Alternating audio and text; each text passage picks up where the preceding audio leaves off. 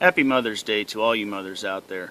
Whether you're expecting the birth of your first one soon, whether you're raising them in the house now, or whether they're all grown up, moved away, and you're just begging for the grandchildren to come over, Happy Mother's Day.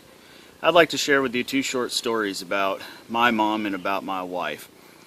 You see, my mom was a 5'1" British woman.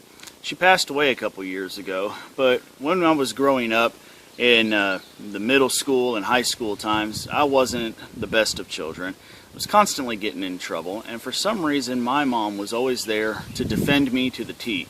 You see, my mom probably had the rosiest colored of rosy shaded glasses that anybody could possibly have for another person. And it may have been to a fault, but it left a certain impression with me.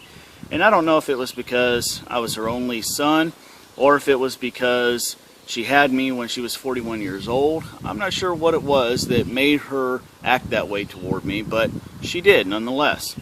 And there's a time in particular where it kind of stands out. There's a bit of humor in it, but it also personifies her general nature towards me.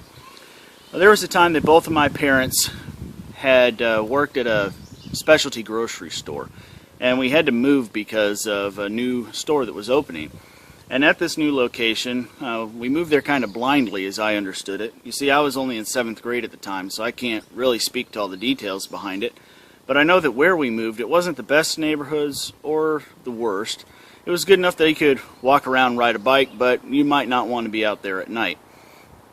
Well, so one day I was out and about during the day, and listening to my brand new CD player that my parents had got for me, I believe for my birthday. And it was only about a month or so later, and I'm out walking around, and these three older boys that were probably 2 or 3 grades above me stopped me and took my CD player from me. Now, I wouldn't be too thrilled about that anyway, but I went home and told my mom about it because it just upset me that much. Well, here's my mom, a 5'1" British woman, stocky in her stature, decided to take me in the car and have me show her where these boys took my CD player. And it was just around the corner in front of the local elementary school. And when we got there, there they were, these three older boys listening to my CD player.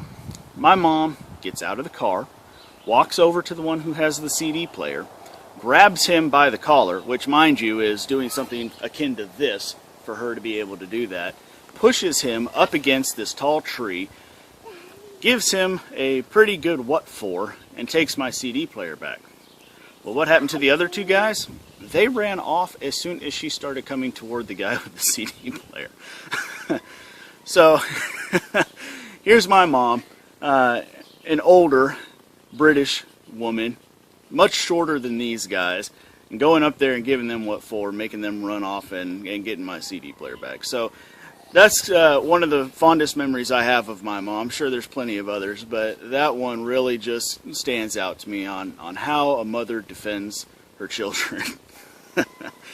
My second one about my wife. You know, my wife puts up with a lot. We have 5 children in the house. The oldest one is currently 9, and the youngest one is just over 1. So it's a pretty busy place around the house. And we have recently decided to homeschool, which probably left a lot of people thinking that my wife needed to be locked up. What in the world would she want them there all the time for? But my wife's a pretty special person, and she wants to make sure that the kids get the best thing that's available for them. And the story I want to share about her is a really short one. You see, the things that stand out to me the most about my wife are the simplest ones. You see, I have the problem of too many times when the kids say, "Hey, Daddy, can you do this?"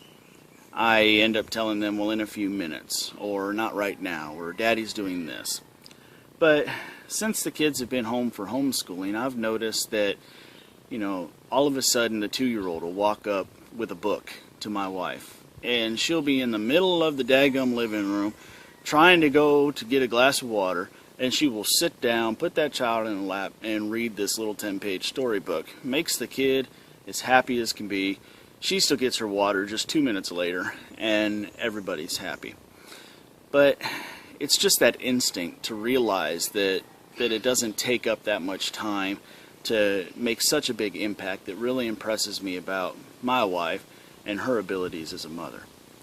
So again, to everybody out there, happy Mother's Day. I hope you have the opportunity to either wish your mother a happy Mother's Day, or to remember her as I'm doing on this little video. I hope you all have a great day, and we'll see you next time.